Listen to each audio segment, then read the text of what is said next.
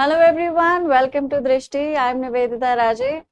Class 2025 finally खत्म है। इस एग्जाम के लिए आप सबने बहुत मेहनत की है। साल भर से, कुछ बच्चे तो मेरे ख्याल में एक साल से ऊपर से मेहनत कर रहे हैं। So to all those students who have scored well and worked very hard, congratulations to you all. Right, तो लेट अस फर्स्ट अंडरस्टैंड कि क्या आंसर्स हो सकते थे हमारे, और उसके बेसिस पे फिर हम डिसाइड करेंगे कि सेक्शन का लेवल कैसा था और ओवरऑल इस सेक्शन के बेसिस पे हम क्या एक्सपेक्ट कर सकते हैं। राइट, चलिए शुरू करते हैं। अब आप सॉल्व तो कर चुके हैं सब कुछ, तो मैं पैसेजेस नहीं पढ़ूंगी, सीधा हम आंसर्स डिस्कस करेंगे। तो पहला question, an Indian company collects personal data from its users to provide personalised services. Company intends to share this data with third-party vendor for targeted advertisements under the Digital Personal Data Protection Law. What must the company do before sharing the data? Answer इसका साफ साफ passage में दे रखा था, कोई बहुत difficult question नहीं था ये, और इसका आंसर ए होना चाहिए था।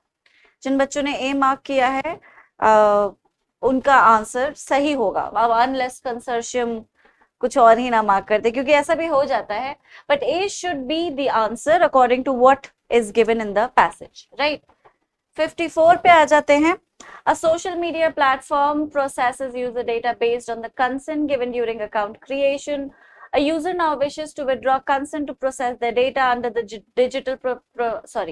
personal data protection law in India. What must the platform do? इसका आंसर बी होना चाहिए, comply with the legal requirements and stop processing the data, because it is given in the passage बहुत clearly.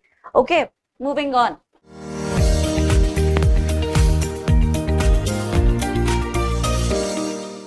A financial institution collects biometric data from its clients for verification purposes. If the clients wish to know what data has been collected under the Digital Personal Data Protection Law in India, what allows them to request this information? So the answer is C, right to access. Right, again, this is given in the passage.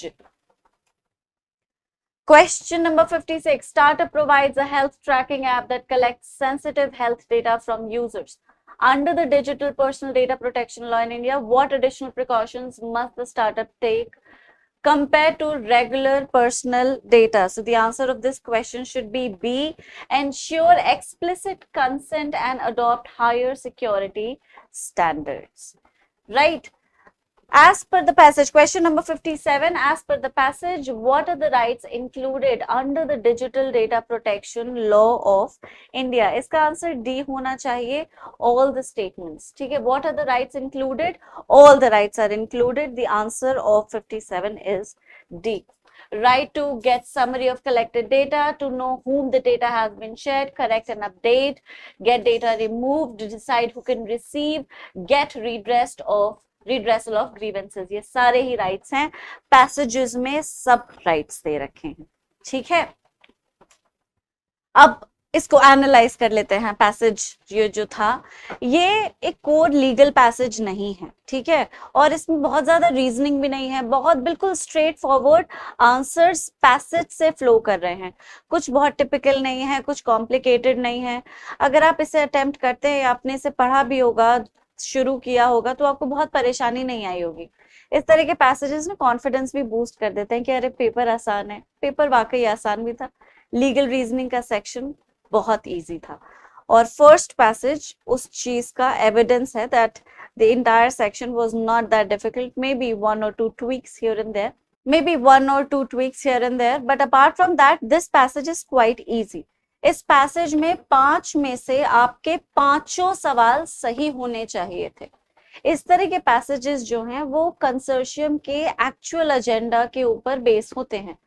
Consortium wants to make sure that the students taking the exam and further qualifying it are focused. They pay attention to detail, their reading capacity is quite well developed. क्योंकि as a lawyer, as a judge, anybody who works in a legal fraternity for that matter, these skills are quite imperative. ठीक है, आपके हाथ में किसी की rights हैं, किसी की लाइफ है, कि ड्यूटीज हैं, बहुत सब कुछ है, तो जरूरी है कि आप अटेंशन अटेंटिव हो, फोकस्ड रहें, डिस्ट्रैक्टेड नहीं हो, और इस तरह के पैसेजेस उसी चीज को टेस्ट कर रहे हैं। कुछ भी इसमें मातापच्ची नहीं है। The passage was very easy, so if you could solve this passage and if you got these questions correct 5 out of 5, you were on the right track. आपकी रीडिंग भी अच्छी थी, आपका फोकस भी अच्छा था, और आपने बड़े अच्छी तरह से पेपर की शुरुआत करी है। मतलब आपने उन सारे के सारे की पॉइंट्स को ध्यान में रखा जो मैंने आपको एग्जाम देने से पहले समझाए थे कि आपको फोकस्ड रहना है, डिस्ट्रैक्ट नहीं हो सकते, right, all these things. Another plus point of this passage is that this was asked in Drishti's mocks several times. Is actually data protection से related passage दृष्टि के mocks में multiple times आया. मतलब questions obviously different थे लेकिन premise more or less same था. ठीक है, तो जो बच्चे दृष्टि के मॉक्स अटेम्प्ट कर रहे थे उनको ये पैसेज बहुत ही ज्यादा फ्रेंडली और फेमिलियर लगा होगा, राइट. चलिए दूसरे पैसेज पे बढ़ जाते हैं, सीधा क्वेश्चन पे, जैसे कि हमने शुरुआत की. तो question number 58, a bill becomes an act only when, ये तो बहुत ही आसान है, when the president of India gives the assent. ठीक है, ये है फाइनल जवाब. अच्छा, सोचने वाली बात है कि जैसे मैंने पहले ही कहा है कि legal reasoning code legal reasoning नहीं है. इट इज मोर और less based on how much information you possess. जो पहले पैसेज से भी आपने देखा ही होगा, वो जो प्रेमाइज बिल्डिंग होती थी, है ना, रीजनिंग जो होती थी कि आपको प्रिंसिपल दे दिया, फिर प्रिंसिपल के बेसिस पे एक हाइपोथेसिस दे दिया, प्रिंसिपल को अप्लाई करिए, हाइपोथेसिस को सॉल्व कीजिए. तो ये नहीं है इस सेक्शन में. अगर आपके पास लॉ की इंफॉर्मेशन थी, आपने लॉ पहले से ही पढ़ रखा, तो ये पूरा सेक्शन आपके लिए बहुत ही इजी रहा होगा. लेकिन अगर आप इन जनरल रीड करते रहे, एक बेसिक तैयारी भी आपकी थी, बेसिक प्रिंसिपल्स को भी आप समझते थे, तो भी ये पैसेज ये सेक्शन रिलेटिवली बहुत इजी था. अब जैसे ये हालांकि इंफॉर्मेशन है ही, लेकिन ये एक बहुत ही जनरल क्वेश्चन है ना, कि बिल एक्ट कब बनता है. फाइनली जब वोटिंग के बाद, दोनों हाउसेस की वोटिंग के बाद प्रेसिडेंट उस पे असेंट दे देता है, तब वो एक्ट बनता है.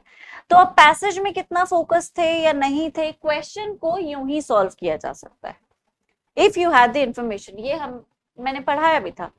तो इसलिए आपको सजेस्ट किया जाता है कि कभी भी आप क्लैट की तैयारी करने बैठे तो इस बात को बिल्कुल ना भूलें कि लॉ पढ़ना जरूरी है. It is after all common law admission test, right. So it is very very necessary that you understand the subjects that you are going to study for the next 5 years of your life. तो उनका एक basic foundation आपके दिमाग में होना जरूरी है, क्योंकि वही फाउंडेशन आपको इस एग्जाम में बहुत हेल्प करता है. ठीक है, डी है इसका सही answer. Question number 59, a service provider engaged by the public examination authority for conduct of examinations indirectly helped his family member by giving hint on questions that were supposed to be asked in the examination shall be liable to be punished with imposition of fine up to 1 crore. अब ये तो हम passage से ही सीधा सीधा derive कर सकते थे, काफी इजी था क्वेश्चन, राइट. बी होना चाहिए इसका सही answer.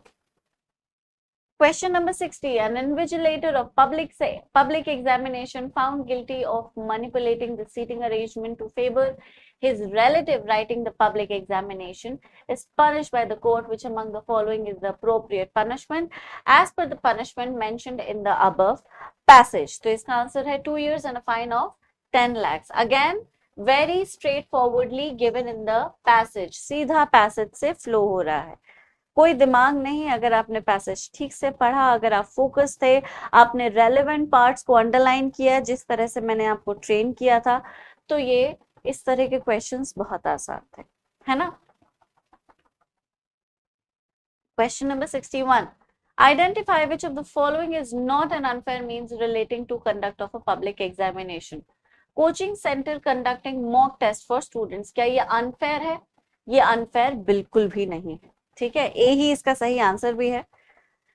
Coaching centre offering to help its students during the examination is unfair. ये तो बहुत ही लॉजिकल सा क्वेश्चन है.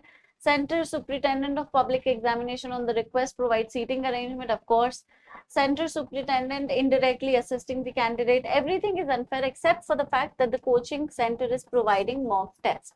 ठीक है, तो ए इसका सही आंसर है. A very logical thing. If you understood the passage and the premise that the passage wanted you to build inside your head, this question is quite easy. अभी तक 53 से लेकर 61 तक कोई भी ऐसा क्वेश्चन नहीं आया है जिसमें आप अटक सकते थे. ठीक है, बेहद इजी क्वेश्चन है. 62. Who among the following is not a service provider in the context of a public examination? कौन सा है सर्विस प्रोवाइडर नहीं है, कोचिंग सेंटर नहीं है, प्रिंटिंग प्रेस भी सर्विस प्रोवाइडर है क्वेश्चन पेपर पब्लिक एग्जामिनेशन के लिए, वो सॉफ्टवेयर कंपनी जो पब्लिक एग्जामिनेशन की वेबसाइट को मैनेज कर रही है वो भी सर्विस प्रोवाइडर है, और वो कंपनी जो OMR शीट्स को एग्जामिन कर रही है वो भी सर्विस प्रोवाइडर है. लेकिन कोचिंग सेंटर जो है जो स्टूडेंट्स को ट्रेन कर रहे हैं वो सर्विस प्रोवाइडर्स नहीं है. पैसेज में ही इस प्रीमाइस को काफी क्लियरली समझाया गया है. ठीक है, तो ए इसका सही आंसर. अब ये थोड़ा कोर लॉ इसका प्रीमाइस था, मतलब 42nd कॉन्स्टिट्यूशनल अमेंडमेंट पे है. ये थोड़ा सा गैप नहीं है इसमें, बट इट डजंट मैटर. आप ऑलरेडी पैसेज को पढ़ चुके हैं, तो हम सीधा क्वेश्चंस पर ही आ जाते हैं, because I know that's what you are eagerly waiting for. Really doesn't matter कि पैसेज क्या था, पैसेज तो आप पढ़ चुके, सॉल्व भी कर चुके, तो क्वेश्चन पे सीधा आ जाते हैं. In which among the following changes were introduced for environmental protection through the Constitution of India 42nd Amendment Act? तो इसका आंसर है फंडामेंटल ड्यूटीज ऐड की गई, directive principles of state policy में कुछ आर्टिकल्स ऐड हो गए. ठीक है, फंडामेंटल राइट्स में कुछ चेंज अमेंडमेंट नहीं आया था 42nd अमेंडमेंट से. और ये एनीवे हमें पता ही है, पढ़ाई के दौरान जब आपको पढ़ाया गया था कॉन्स्टिट्यूशन, मैंने जब बच्चों को पढ़ाया था, तो ये आपको पता होना चाहिए. Anybody who studied constitution must have studied the amendments. और 42nd amendment is one of the most important, actually is the most important amendment. वो सबसे ज्यादा कॉन्ट्रोवर्शियल था, राइट. तो फंडामेंटल ड्यूटीज ऐड की गई, directive principles of state policy में कुछ एडिशंस हुए. तो इसका आंसर है B, 2 and 3. This is the correct answer. Okay. The nature of binding commitment of India to reduce carbon emission through the signing of various international environmental conservation treaties, especially the Paris Agreement, may be described as what? It may be described as a signatory shall take adequate measures to reduce carbon emissions. The signatory shall take adequate measures to reduce carbon emissions. It will be a mandate. It won't be a discretion or something that you would choose not to do or to do. It is a mandate. It's a compulsory duty that you would have to fulfill. That would be the signatory. ये है binding commitment. इसका मतलब होता है binding commitment. Shall binding commitment को express करता है. तो इसका आंसर ए होना चाहिए था. अगेन लॉजिकल, पैसेज भी समझा ही रहा है अच्छे से. Okay, question number 65. Under Article 51AG of the Indian Constitution, it is specifically mentioned that citizens shall have the duty to protect and improve the natural environment. That includes what? Rivers and lakes, forests and wildlife, all living creatures. तो इसका answer है rivers and lakes, forests and wildlife. A and B. कौन सा answer है जो इन दोनों को express कर रहा है? D. ठीक है, चलो आगे बढ़ जाते हैं. Question number 66. As per the aforementioned passage and decision of the Supreme Court, the fundamental duty to preserve and protect natural resources upon the state only? No, it is not. It's on the citizens only. ठीक है, citizens alone have the fundamental duty to know. Both state and citizens have the duty to preserve and protect natural resources. This is the correct answer mentioned in the passage. Very, very easy. Okay, C is the correct answer. एक बार में ही आपको आ गया होगा. जिसने भी मतलब ध्यान से पढ़ा है उन्हें तो आ ही गया होगा. According to the passage, what makes India committed to reduce carbon emission? तो इसका सही आंसर 67 का A है, because of being a signatory of International Environmental Conservation Treaty. ए है इसका सही आंसर. ठीक है, क्योंकि इंडिया सिग्नेटरी है इंटरनेशनल एनवायरनमेंट कंजर्वेशन ट्रीटी का, इसलिए उनके ऊपर एक मैंडेट है कि वो कार्बन एमिशन को रिड्यूस करने की पूरी कोशिश करें. Okay. Now, the passage mentions that any disturbance with these basic elements of our environment would amount to violation of Article 21. Article 21 deals with right to life and personal liberty. अब ये थोड़ा पता होना चाहिए, है ना, ये थोड़ा पता होना जरूरी है। मैंने समझाया भी था, आई टोल्ड यू कि आपको कॉन्स्टिट्यूशन में आर्टिकल्स याद करने की जरूरत नहीं है, बिल्कुल ऐसा नहीं होता कि पूछे जा सकते हैं, लेकिन फंडामेंटल राइट्स जो हैं वो आपको पता होना चाहिए। As a student who is aspiring to be a lawyer someday, और who is aspiring to take a law entrance test and graduate as a lawyer, जरूरी है कि आपको कम से कम फंडामेंटल राइट्स का नंबर पता हो। तो 12 से लेकर 32 तक आपको पता होना चाहिए। क्वेश्चन भी आ ही गया, है ना।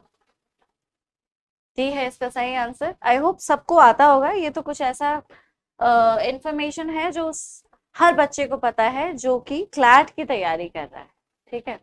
अब आ जाते हैं इस पैसेज पे। पैसेज नंबर 13 कॉन्ट्रैक्ट से रिलेट करता था। इंटरेस्टिंग पैसेज था। इनफैक्ट सारे पैसेजेस में मुझे इसे सॉल्व करने में सबसे ज्यादा मजा आया। चलिए आगे बढ़ते हैं, सीधा आंसर्स पे आते हैं। The thing that you are waiting for the most. Question number 69, which of the following best describes a void agreement? ठीक है, void आपको पता होना चाहिए क्या होता है। An agreement that is valid until declared invalid by a court? No. An agreement that has no legal effect from the beginning? Okay. An agreement that is legally enforceable? An agreement can be enforced if one party chooses to do so. That is voidable. The only answer that is left is B. Again, something that you should have known. Knowledge, contract की basic understanding. ठीक है। Question number 70. A contract between two parties to rob a bank and share the proceeds equally can be termed as a void contract. ठीक है, valid नहीं होगा, voidable नहीं होगा, legally enforceable भी नहीं होगा, void। हालांकि यहाँ पे अग्रीमेंट होना चाहिए था, अब ये कंसर्शियम की गलती है। अब मैं क्यों कह रही हूँ ये अग्रीमेंट होना चाहिए था, कॉन्ट्रैक्ट नहीं, ये वो बच्चे जरूर समझेंगे जो कि कॉन्ट्रैक्ट को ठीक से पढ़ चुके हैं। ठीक है, तो अग्रीमेंट में और कॉन्ट्रैक्ट में अंतर है। ये कॉन्ट्रैक्ट है ही नहीं। This was suppose to be. ये कुछ बेसिक्स या अनॉमलीज होती हैं जो हो ही जाती हैं, कंसर्शियम कर ही देता है। In fact I been noticing for a very long time कि कंसर्शियम अग्रीमेंट और कॉन्ट्रैक्ट को इंटरचेंजेबली यूज कर देता है, विच इज नॉट करेक्ट। ठीक है, तो ये तो कोई फर्क नहीं पड़ता, but you have the answer. The correct answer is A.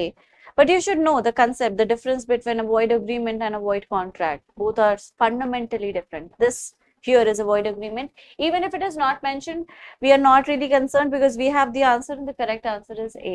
Okay, 70 is A. अब आता है question number 71. An agreement made by an adult but involving a minor child where the signatory is a minor child himself, this agreement would be a void agreement.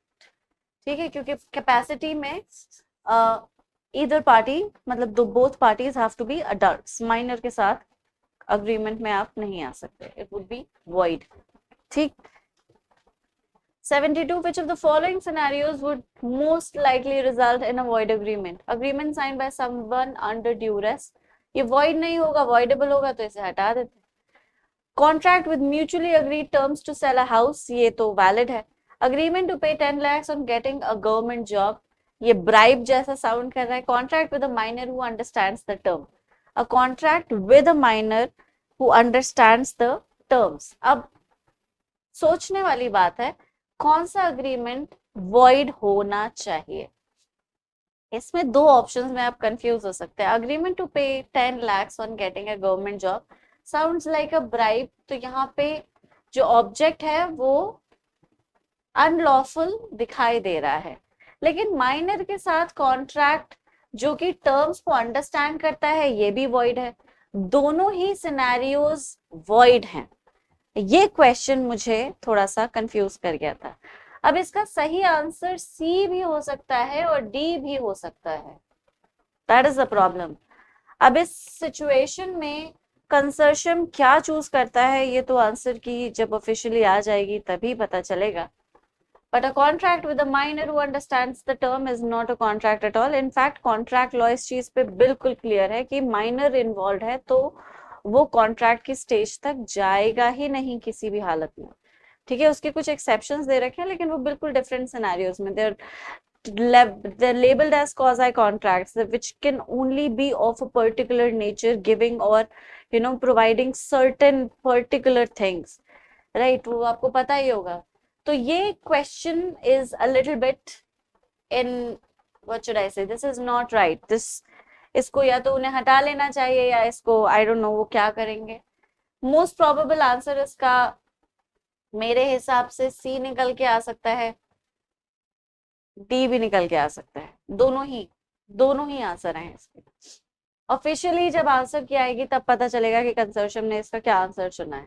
ठीक है, हालांकि इस तरह के questions आने नहीं चाहिए थे, लेकिन मैंने आपको समझाया था जब हम मॉक्स भी डिस्कस करते थे कि आप ये ना समझें कि consortium can never make mistakes, you can always expect some wrong questions, right, and some very basic mistakes जो आप बिल्कुल सोच भी नहीं सकते कि कंसोर्शियम की तरफ से आएंगे। बहरहाल इस क्वेश्चन में प्रॉब्लम है, ऑफिशियल आंसर के आने तक इसका आंसर नहीं बताया जा सकता क्योंकि इसमें दो ऑप्शंस हैं जो गलत हैं, मतलब जो सही हैं, both can be answers, right. But क्योंकि ये एकदम साफ साफ ब्राइब वाला है तो हो सकता है सी इसका आंसर निकल कर आए। बाकी देखते हैं ऑफिशियल आंसर क्या आ जाए, फिर देखते हैं। Question number 73, an agreement made without consideration is generally void। ठीक है, जनरली तो वो वॉइड ही है, एक्सेप्ट इन सम सर्कमस्टांसेस जहां पे उसे वैलिड बनाया जा सकता है ना। उसके बारे में हम ना क्वेश्चन कोई बात कर रहा है तो हम उसे कंसिडर करेंगे ही नहीं। पैसेज नंबर 14 पे आ जाते हैं, जीआई टैग्स। आईपीआर मैंने बताया ही था आपको कि भाई आईपीआर पे क्वेश्चन आ जाते हैं, बिल्कुल बेसिक क्वेश्चंस आते हैं, कुछ बहुत कॉम्प्लिकेटेड नहीं आता जिसमें आपको बहुत डिटेल स्टडी की जरूरत है। ये सब आपने क्लास में भी पढ़ा ही था, राइट। चलो क्वेश्चंस पे आते हैं। Question number 74, which of the following statements about a GI, geographical indication, is not true? You should all know what a GI is, right? एक ऐसा प्रोडक्ट जो अपनी ज्योग्राफी की वजह से पॉपुलर हुआ है, ठीक है, which has gained or which has become or which owes its existence to the geography of that area। तो उसके नाम के आगे उसी जगह का नाम लगा दिया जाता है। जैसे बनारसी साड़ी, बनारसी साड़ी में एक पर्टिकुलर वीविंग है जो स्टेट जो शहर के कल्चर को दर्शाती है। तो बनारसी साड़ी दुनिया के किसी भी कोने में बिकेगी, वो बनारसी साड़ी के नाम से ही बिकेगी। वो इलाहाबादी साड़ी या फिर मेरठ की साड़ी नहीं हो सकती, वो बनारसी साड़ी ही है। That is geographical indication. Similarly Darjeeling की चाय एक पर्टिकुलर तरह की चाय, वो दार्जिलिंग टी है, जैसे पैसेज में बता भी रखा है, एग्जाम्पल से कोट कर रखा है। ठीक है, अगर आप पहले से ही जीआईएस को समझते थे तो ये पैसेज काफी इजी था। अब क्वेश्चन ये है कि इसमें से कौन सा स्टेटमेंट सही नहीं है, विच of the statement is not true. Okay, I hope आपने नॉट को मिस नहीं किया। ओके, आई सिंसियरली होप, क्योंकि कई बार पैनिक में ये गलती हो जाती है। GIs are protected under international law to ensure that only products from specific regions can use the GI name, which is true. Use of a GI name can be legally challenged if it is used by products not originating from the specified region, which is also true. GIs can be used to any product which is licensed regardless of its place of origin. This is not true. C is the correct answer. Okay. Question number 75. If a product named Darjeeling tea is produced outside of the Darjeeling region, which of the following legal actions is likely to be taken under GI protection law? So इसका सही answer है the use of GI name Darjeeling tea can be legally contested and potentially prohibited. B is the correct answer. ठीक है, आप दार्जिलिंग की चाय को दार्जिलिंग की चाय क्यों कह रहे हैं? क्योंकि वो दार्जिलिंग में ही उगाई जा रही है। उसी टी को अगर आप कहीं और ग्रो करते हैं तो वो दार्जिलिंग की टी नहीं है, वो उस जगह की टी है। Okay, so B is the correct answer. GI का मतलब ही यही होता है। Okay, question number 76, which of the following is not a potential consequence of the misuse of a GI, geographical indication? The correct answer is C, compulsory license on the patents of the misusing entity.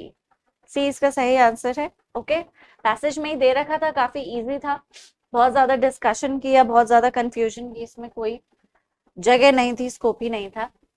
In the context of GIs, which of the following scenarios best illustrates the concept of geographic origin? Correct answer to this question is C.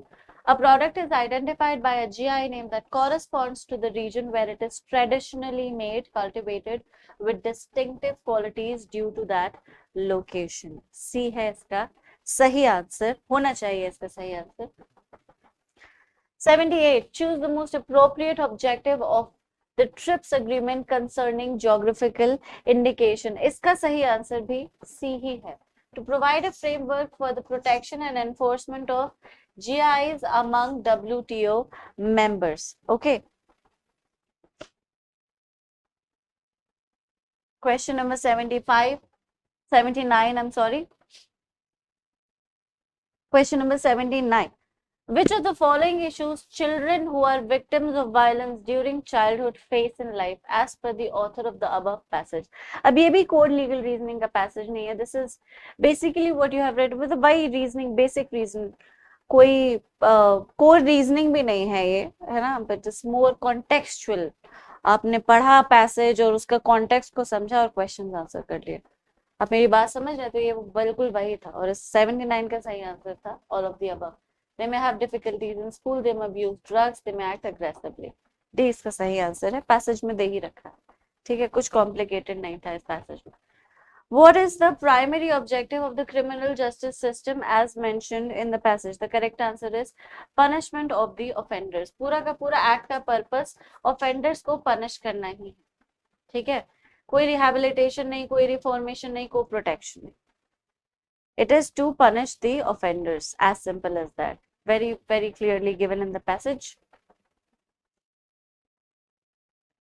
The National Crimes Record Bureau in India is responsible for compiling and analyzing crime in India. Easy.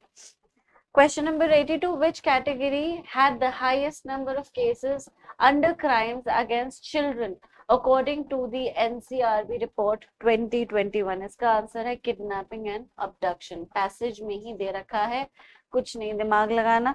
It's very, very contextual, बिल्कुल straightforward, right from the passage. If only you underlined the important parts or were focused during the reading, you could have easily answered this question or all the questions in this passage for that matter. Question number 83. Which one of the following is the correct expansion of the term POCSO used in the passage? सही answer है protection of children from sexual offenses, right? ये तो हमें पता ही है, passage में भी दे रखा है ना, बहुत ही आसान है. What risks do children face when exposed to the criminal justice system as per the passage? Limited access to vocational training, exposed to the risk of physical abuse, mental health challenges, and behavioral disorders. All of them. D is the correct answer. ठीक है, ये पूरा legal reasoning का section था. अच्छा, अगर ऐसे rate करें हम तो लीगल रीजनिंग का सेक्शन कैसा था? Legal reasoning was very easy, कुछ मॉडरेट नहीं था इसमें. Students who have been preparing for an year, even less or so, could have easily answered or attempted this section. इसमें कोई, you know, just the fact that you were a good reader, were focused and attentive while reading the passages was enough to solve the entire section. आपके पास legal knowledge थी या नहीं थी, आपने law कितनी you know deep जाके पढ़ा, कोई फर्क नहीं पड़ता. बस आपने अपनी रीडिंग पे ध्यान दिया, आपने अपने आप को अटेंटिव रखा, आपने अपने फोकस को डगमगाने नहीं दिया, इतना काफी था क्लैट 2025 के लीगल रीजनिंग में एक बढ़िया स्कोर लाने के लिए. ठीक है, अब इसमें अगर आप साल भर से प्रिपेयर कर रहे हैं, if you have been preparing for over an year, तो आपकी एक्यूरेसी 90% होनी ही चाहिए थी. अगर इससे कम थी तो फिर आपने साल में बहुत अच्छी प्रिपरेशन नहीं की है. ठीक है, बल्कि मैं 90% अबव लेकर चलूंगी. if you were preparing for an year, maybe over an year, ऊपर से कुछ मतलब साल से थोड़ा ज्यादा, तो आपकी एक्यूरेसी 90% से ज्यादा होनी चाहिए थे. ये इतना इजी सेक्शन था.